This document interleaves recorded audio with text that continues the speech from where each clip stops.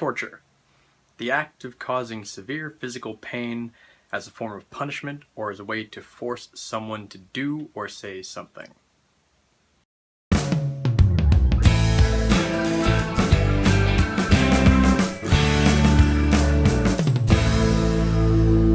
Hi, welcome to another episode of the Motley Show, and this week we're going to talk about the torture report. Last Tuesday, December 9th, 2014, a long-awaited report was released by the Senate Intelligence Committee. In actuality, instead of the 6,000-page report, what was actually released was a 600-page executive summary, which was more than enough to get the point across. The report is titled Committee Study of the Central Intelligence Agency's Detention and Interrogation Program, which is a very legalistic way of saying, did we torture? The answer? Absolutely. Look, this may not be a surprise to some people or even to most people, but when you actually get to look at the details, when you look down at some of the things that actually happened in those detention centers and the actual intelligence that was gained from them, it doesn't make things clearer. It actually makes things a bit more out of focus. What was the point of it all?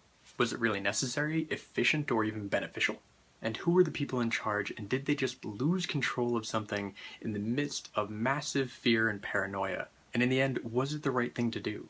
Now, some of these questions are purely objective and they can only be answered by you, but others are far more demonstrable and they can be proven out by facts, so let's look into some of those.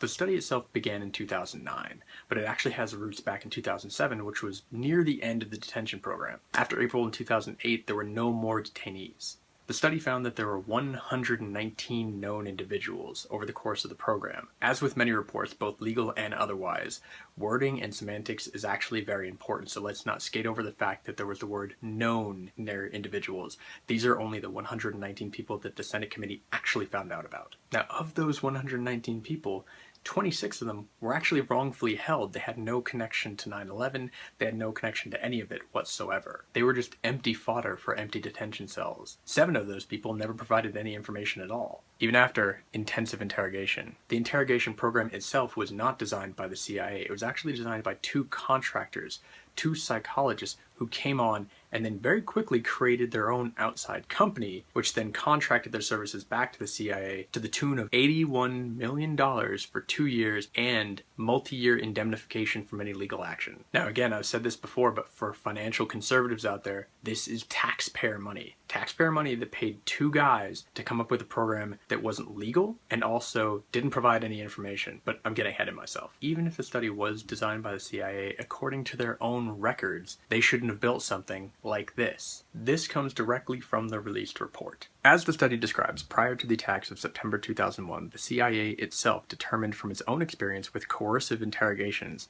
that such techniques do not produce intelligence, will probably result in false answers, and had historically proven to be ineffective. Throughout much of the report, we're talking about certain techniques like waterboarding, near drowning, rectal feeding, rectal hydration, 180 hours of sleep deprivation, and others, and they were all justified by this idea of preventing loss of life, meaning that the more we torture these people to get information, the more likely we are not to have another 9/11 style attack. Now that's a really easy justification to have, especially after the fact, because they only have to look back over the calendar and just say, look, since 9/11 we have been attacked like that. It's a really easy equation. Torture plus safety equals justified. Yet, as the committee actually dug into those reports of the plots that were prevented, things started to fall apart. Some of the plots that they actually claimed they stopped were proven to be infeasible, or ideas that never even materialized or became operational. And the clearance that the CIA said they had, that they had gained from Congress, was also stretched far beyond the original doctrine. From top to bottom, it looks like the CIA lied, not only about the program itself,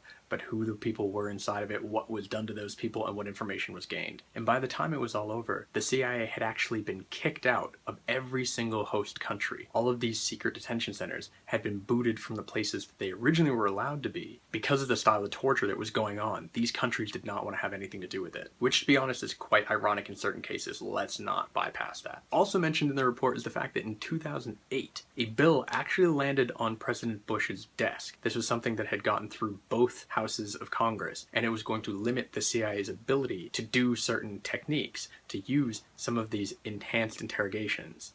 He vetoed that. So that's just some of the facts inside the report. There are a lot more.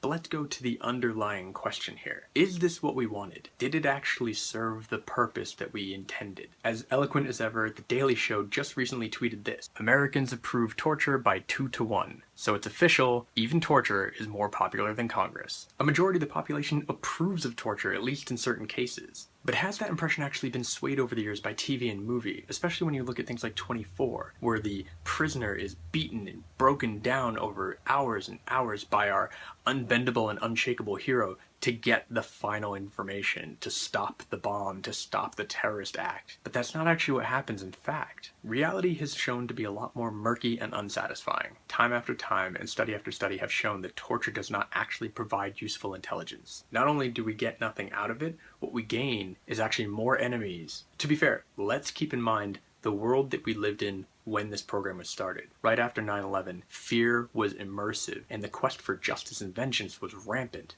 The CIA was given very little time to ramp up a program which they were very quickly supposed to turn around and bring results. It is not unlikely that many previous rules and regulations were thrown out the window in favor of expediency. But if that is the case, is there ever going to be a line that we won't cross? And if not, what makes us different? What makes us exceptional? What makes us right? So what do you think? Leave in comments and down below. Let me know, do you think torture was justified after 9/11? Is it ever justified? Do you feel the same if you do believe that actually torture doesn't bring effective results? That it doesn't give us anything that we can actually use? And if that does hold true, is torture anything more than just vengeance? So thanks for watching another episode of the Motley Show. Please take a moment to like, favorite, share, subscribe. All of those pretty little buttons are down below. More to come next week, but until then, here's a little bit of Logan.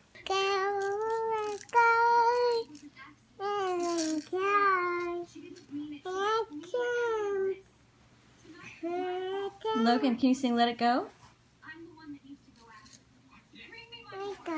That the more we torture these people to get information, the more likely we are not to have another 9/11 style attack. Now that's a really easy justification to have, especially after the fact, because they only have to look back over the calendar and just say, look, since 9/11 we have been attacked like that.